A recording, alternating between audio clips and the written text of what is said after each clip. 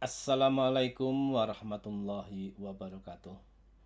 Selamat bertemu lagi dengan saya Agung Guritno, guru SMA Negeri 1 Mojo Tengah, Kabupaten Wonosobo, yang akan menampilkan materi statistika dari matematika wajib.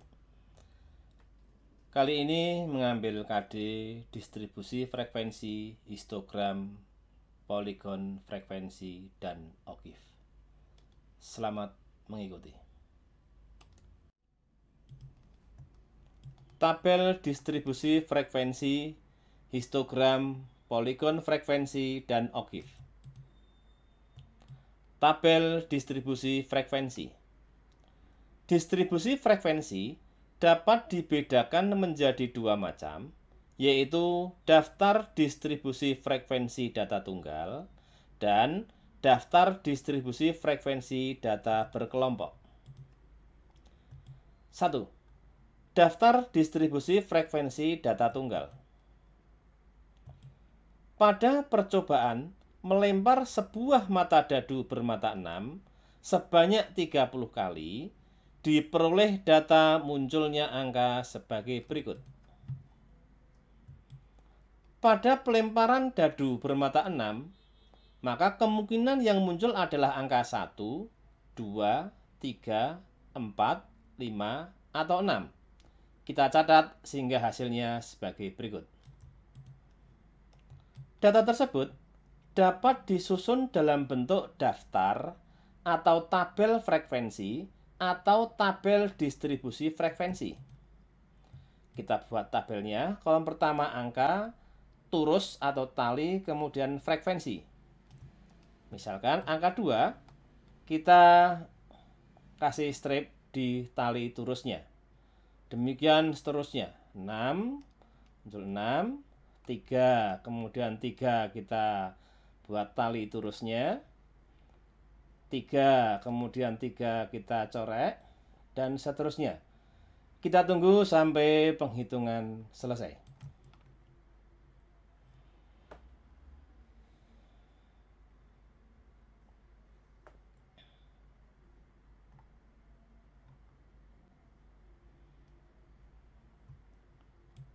Dalam penghitungan ini, saya mengharapkan Anda melakukannya berurutan, sehingga tidak ada satupun data yang terlewatkan, atau ada data yang tidak tercover, atau ada data yang double tercover, karena terjadi kesalahan.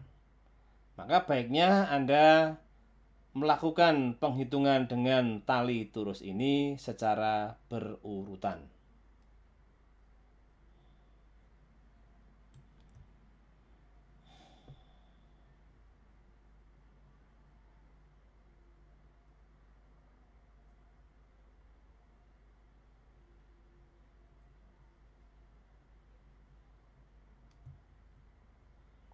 Ya, 1 kita poinkan ke 1, 1 lagi poin ke 1, 3 ke 3, 2 dan ke 2. Hasilnya kemudian kita terjemahkan ke dalam angka. Kalau di sana ada 4 strip, maka frekuensinya adalah 4 dan seterusnya. 4, 5, 8, 6, 4, 3, sehingga berjumlah 30. Untuk ngecek, kita bisa mencoba lagi atau menghitung lagi. Satunya ada 1, 2, 3, 4. Ada 4. Kemudian duanya 1, 2, 3, 4, 5, cocok. Kemudian tiganya 1, 2, 3, 4, 5, 6, 7, 8, cocok. Kemudian 4, 1, 2, 3, 4, 5, 6. 4-nya ada 6, cocok. 5-nya 1, 2, 3, 4. 5-nya ada 4, cocok. Dan 6-nya ada 1, 2, 3. Ada 3. Paham? Demikianlah bagaimana cara membuat tabel distribusi frekuensi data tunggal. 2. Daftar distribusi frekuensi data berkelompok. Pada pengukuran tinggi badan 40 siswa kelas 11 IPA 3 diperoleh catatan data sebagai berikut. Setiap siswa diukur tinggi badannya, kemudian kita catat hasilnya dengan data seperti yang tertera di monitor ini. Ada beberapa cara untuk menentukan banyaknya kelas atau interval. Satu di antaranya adalah dengan menggunakan aturan Sturges, yaitu rumusnya K sama dengan 1 ditambah 3,3 log N, dengan K adalah banyaknya kelas dan N adalah ukuran data atau banyaknya data. Dalam hal ini, banyaknya data adalah 40 karena yang diukur tinggi badannya adalah 40 siswa. Kita cari K sama dengan 1 ditambah 3,3 log 40. Dengan log 40 sama dengan 1,60206, kita kalikan dengan 3,3, kemudian kita jumlahkan dengan angka 1. Diperoleh 6,2867. Kita bulatkan menjadi 6.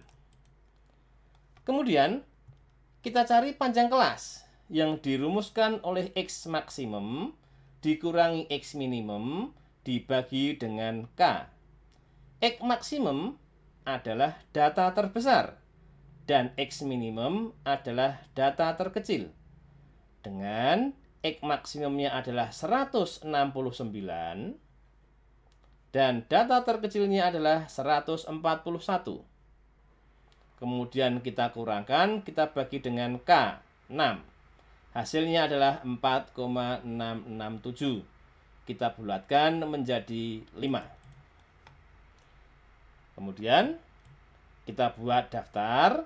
Seharusnya kita menggunakan turus. Tapi untuk menyingkat waktu, langsung kita tuliskan turusnya. Tadi sudah kita hitung.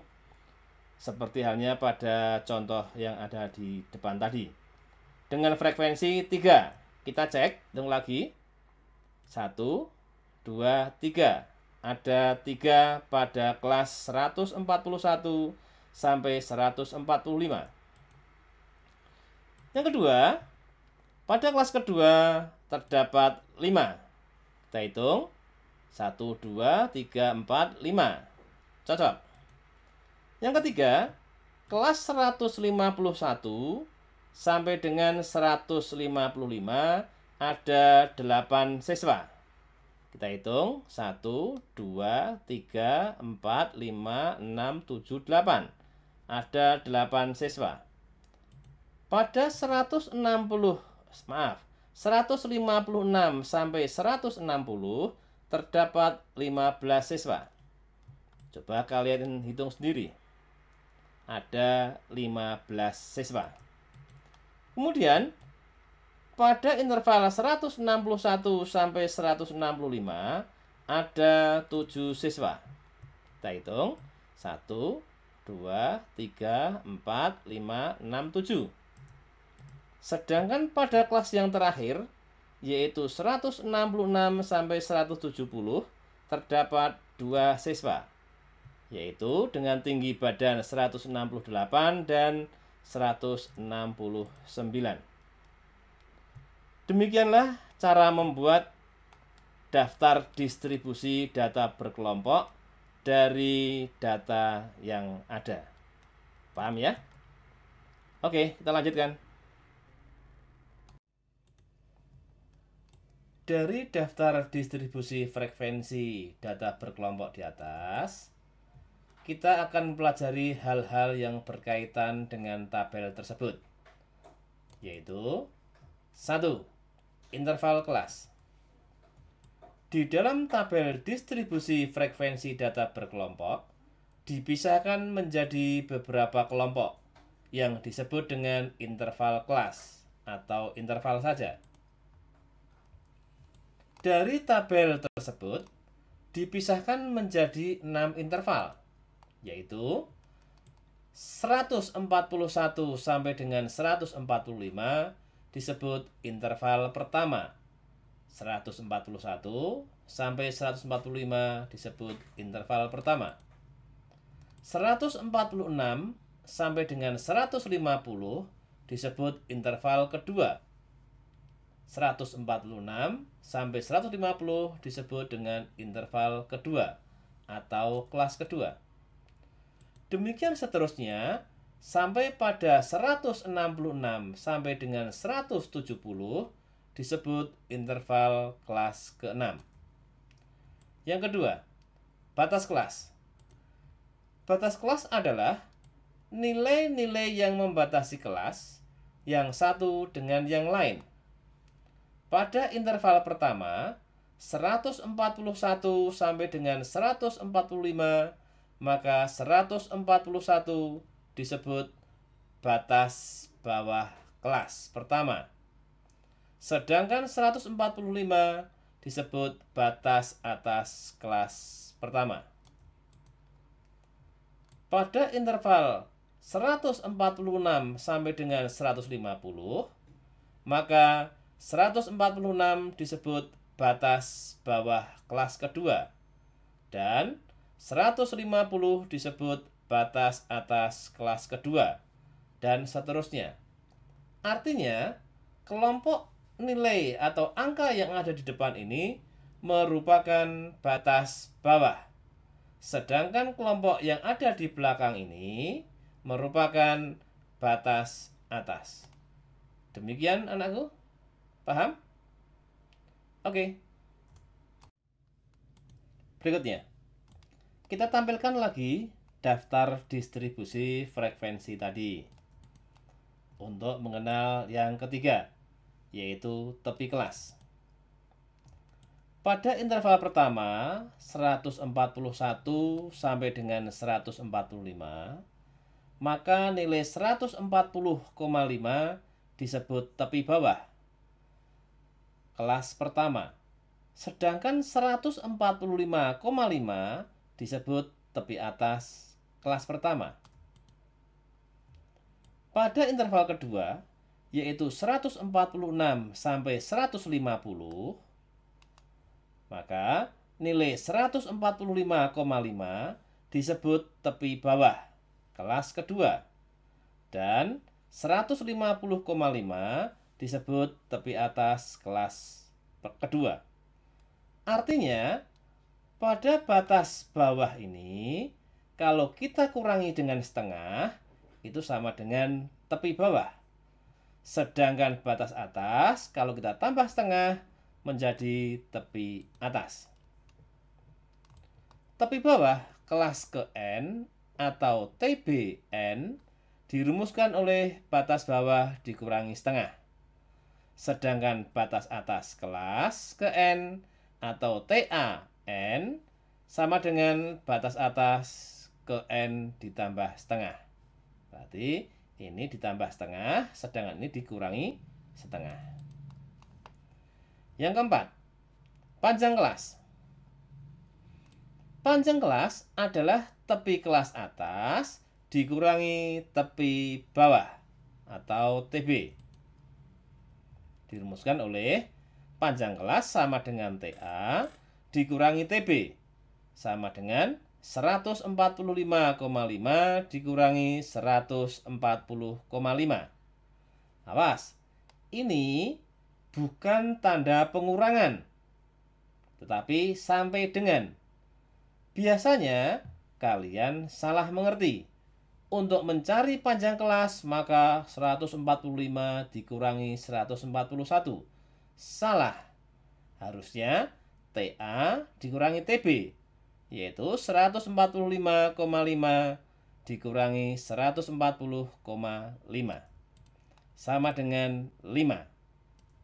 Atau Anda bisa mendaftarnya dari 141 sampai dengan 145 itu kan ada 141, 142, 143, 144, dan 145.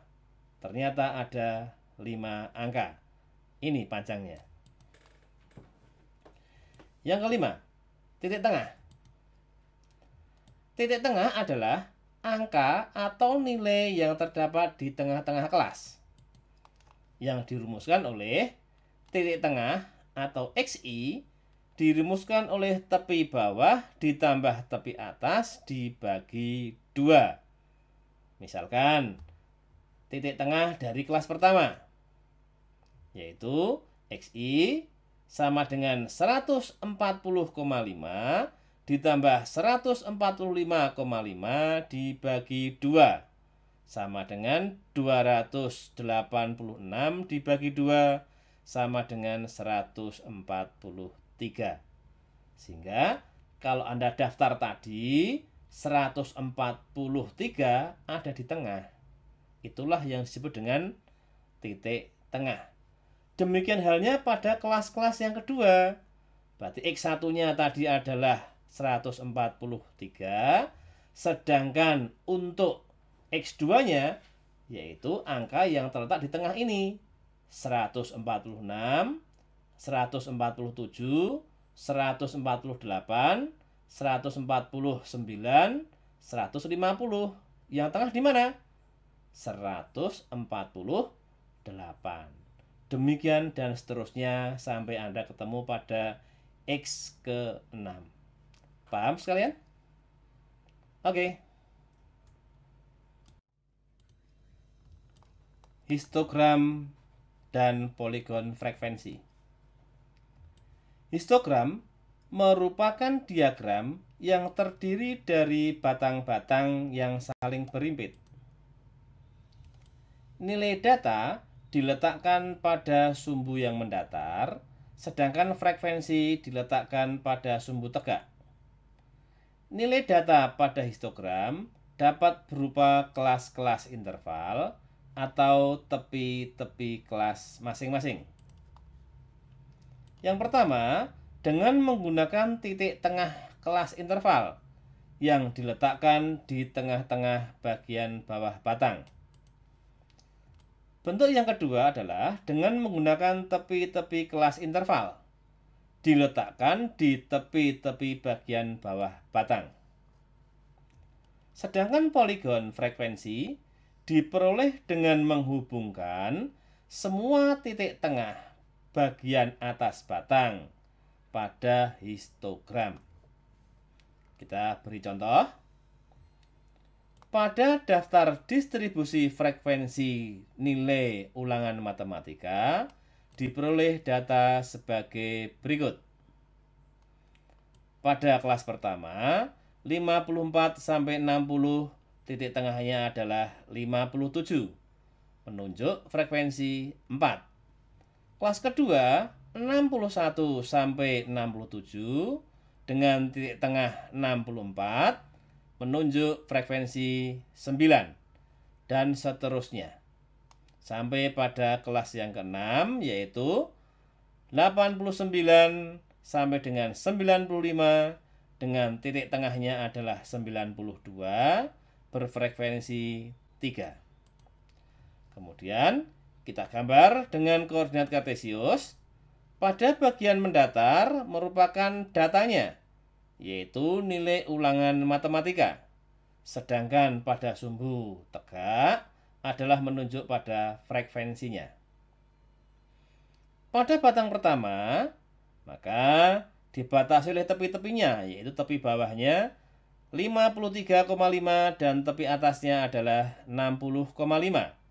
Sampai tinggi batangnya menunjuk angka 4 yang merupakan frekuensinya. Pada batang kedua, dengan tepi bawahnya adalah 60,5, tepi atasnya 67,5. Sedangkan tinggi batangnya menunjuk angka 9 yang merupakan frekuensinya. Pada batang yang ketiga, batas bawahnya adalah 67,5 dan batas atasnya, tepi atasnya adalah 74,5. Tinggi batang menunjuk 15 yang merupakan frekuensinya. Demikian sampai batang yang ke-6. Itulah yang disebut dengan histogram. Sedangkan titik-titik atasnya, tuh, kalau kita hubungkan, maka inilah yang disebut dengan poligon frekuensi. Demikian anakku sekalian. Paham ya? Ogive. Ogive merupakan kurva yang diperoleh dari frekuensi kumulatif kurang dari atau frekuensi kumulatif lebih dari. Untuk memperjelasnya, kita kasih contoh. Dari daftar distribusi frekuensi tinggi badan pengurus OSIS SMA Negeri 1 Mojo Tengah sebagai berikut. Ada 7 kelas. Kelas pertama 145 sampai dengan 149 menunjuk frekuensi 1. Kelas kedua 150 sampai 154 dengan frekuensi 4. Demikian seterusnya sampai pada kelas yang ke-7, yaitu 176 sampai dengan 179 menunjuk frekuensi 2. Jumlah totalnya adalah 40 siswa. Kurva Ogive kurang dari diperoleh dari frekuensi kumulatif kurang dari tepi atas. Ingat, tepi atasnya berarti batas atas ditambah setengah. Pertanyaannya, ada berapakah data yang nilainya kurang dari 149,5? Ya, mestinya 1. 1 ini bisa 147, 146, dan sebagainya. Berarti nilai data yang kurang dari 149,5 ada 1. Ya. Yang kedua, berapakah data yang nilainya kurang dari 154,5? Jangan 4. Oke, 4 betul, tapi ini kan juga di bawah. Iya, berarti ada berapa?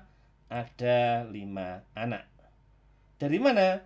1 tambah 4. Paham? Oke, kita lanjut. Data yang ketiga, ada berapakah anak yang nilainya atau tingginya di bawah 159,5? Ada 12. Dari mana? 1 tambah 4 tambah 7. Atau 5 tambah 7 sama dengan 12. Yang berikutnya, ada berapakah anak yang tingginya di bawah 165,5? Ayo tebak, berapa? Ya, 25. Dari mana?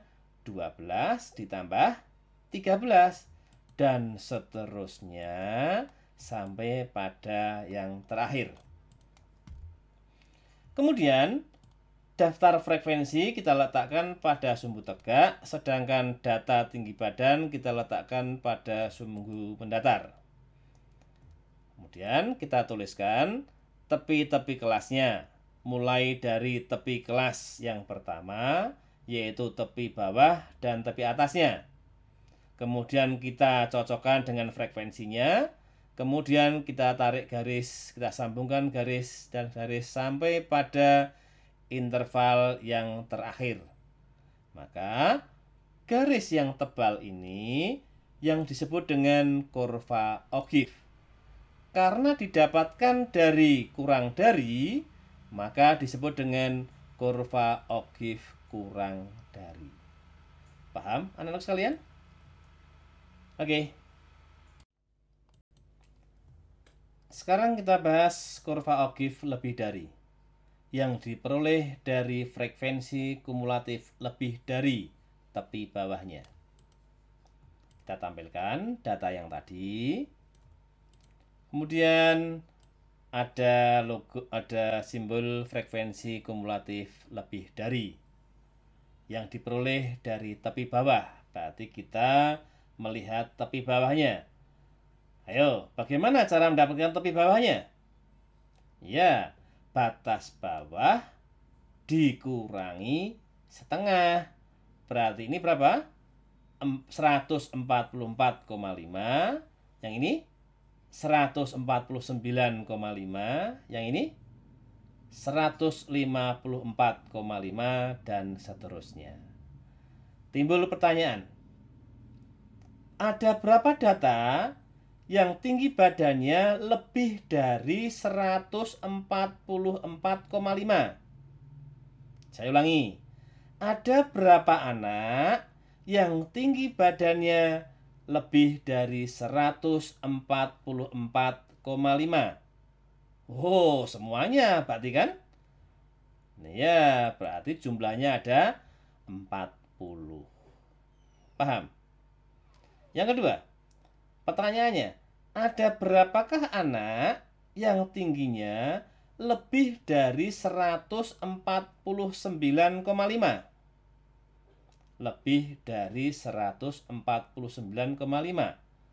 Ya, mestinya ada 39 siswa. Kenapa? Karena yang satu ini tidak ikut. Wah, kayak tadi. Berarti 39 dari mana? Dari 40 dikurangi 1. Paham ya? Oke, pertanyaan yang ketiga. Ada berapakah anak yang tingginya kurang dari 154,5? Tingginya kurang dari 154,5. Ya, mestinya berapa? 35. Dari mana? 39 dikurangi 4, yaitu 35. Paham anak sekalian? Sehingga kita lanjutkan, kita teruskan. Wah, ini sulit, Pak. Oke, tak ajari cara mudahnya. Anda ngerjakannya dari bawah. 2, 5. 5 dari mana? Ya, 2 tambah 3. 15. 15 dari mana? Ya, 5 tambah 10. Kemudian tambah 13, 28. Tambah 7, 35. Tambah 4, 39. Tambah 1, 40. Paham?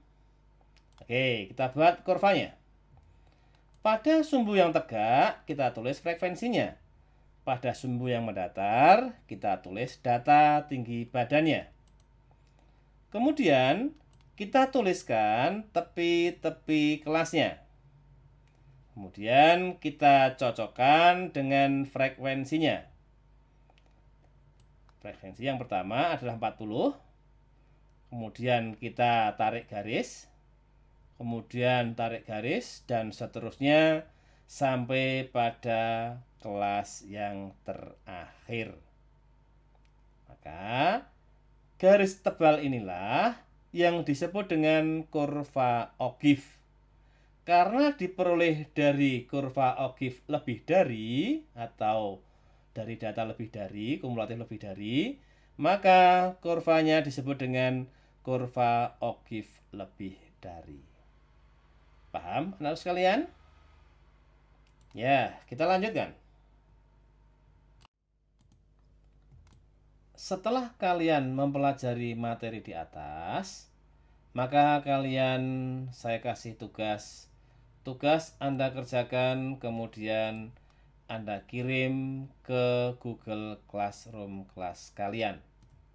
Tugasnya adalah dari hasil panen 50 petani yang melakukan percobaan terhadap pupuk jenis baru dengan volume pupuk dan luas tanah yang sama adalah sebagai berikut.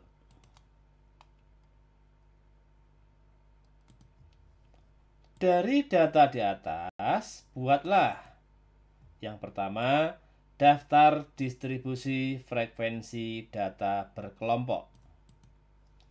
Kedua, histogram dan poligon frekuensinya.